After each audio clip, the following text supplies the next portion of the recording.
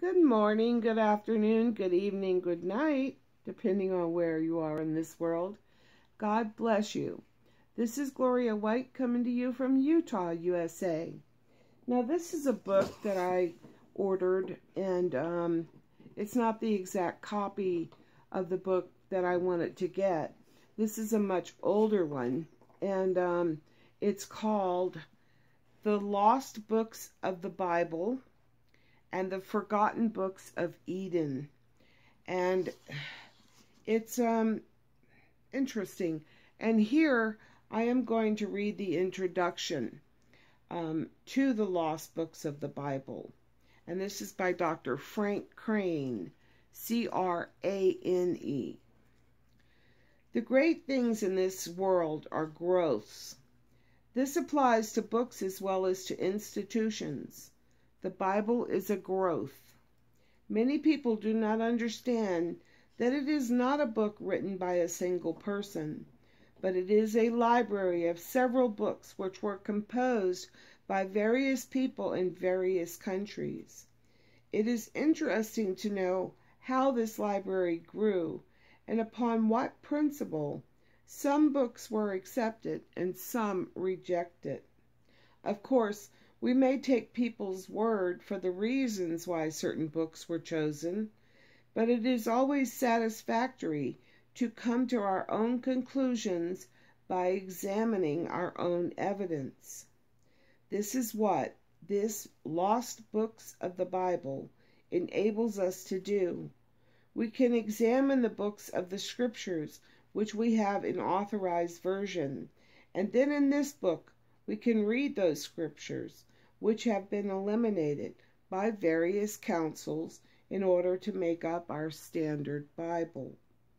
It is safe to say that a comparison of the accepted books with those rejected may be relied upon, for those books which were accepted are far superior in value to the others. These others which are included in the Lost Books of the Bible comprise all kinds of stories, tales, and myths. No great figure appears in history without myths growing up about him. Every great personage becomes a nucleus or center about which folk tales cluster. There are apocryphal tales about Napoleon, about Charlemagne, about Julius Caesar, and other outstanding characters. It is impossible that a man representing so great a force as Jesus of Nazareth should appear in the world without finding many echoes of his personality in contemporary literature, many stories which grew up about him as time elapsed.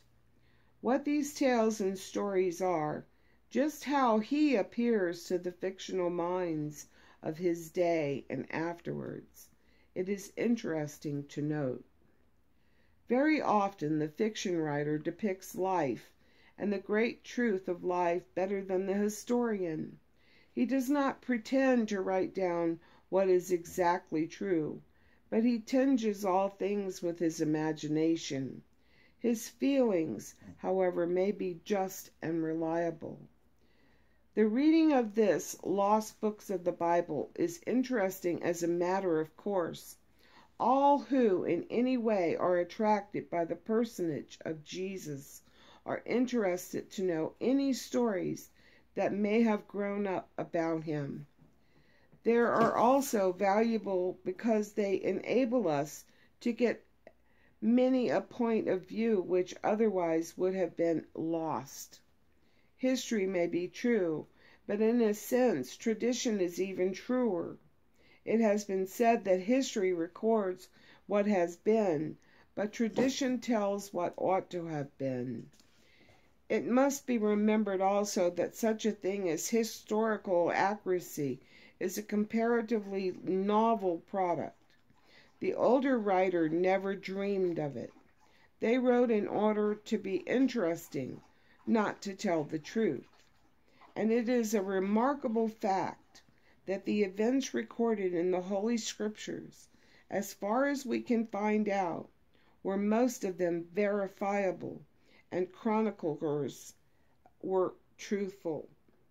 In this volume, all these apocryphal volumes are presented without argument or commentation. The reader's own judgment and common sense are appealed to. It makes no difference whether he is Catholic or Protestant or Hebrew. The facts are plainly laid before him. These facts for a long time have been the peculiar esoteric property of the learned. They were available only in the original Greek and Latin, and so forth. Now they have been translated and brought in plain English before the eye of every reader. The ordinary man has therefore the privilege of seeing upon what grounds the commonly accepted scriptures rest. He can examine the pile of evidence and do his own sifting. Thousands of people today look to the New Testament narrative as their leader and guide. It is important to know upon what authority this rests, and many a man will be delighted to find the evidence thus clearly presented before him. The lost books of the Bible present all sorts of matter before the curious eye. There are stories about Mary and instances of her personal life.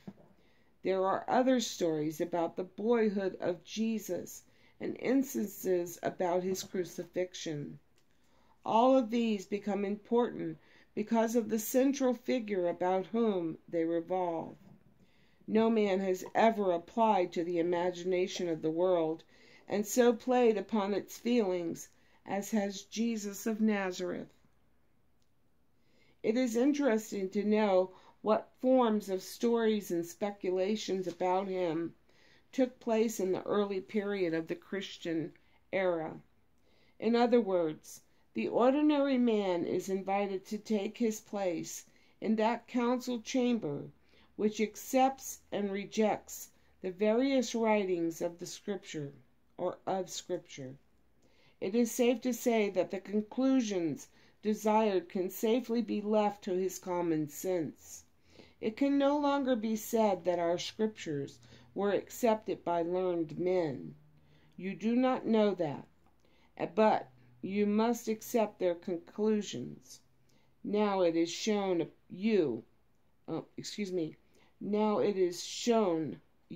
upon what grounds these conclusions rest.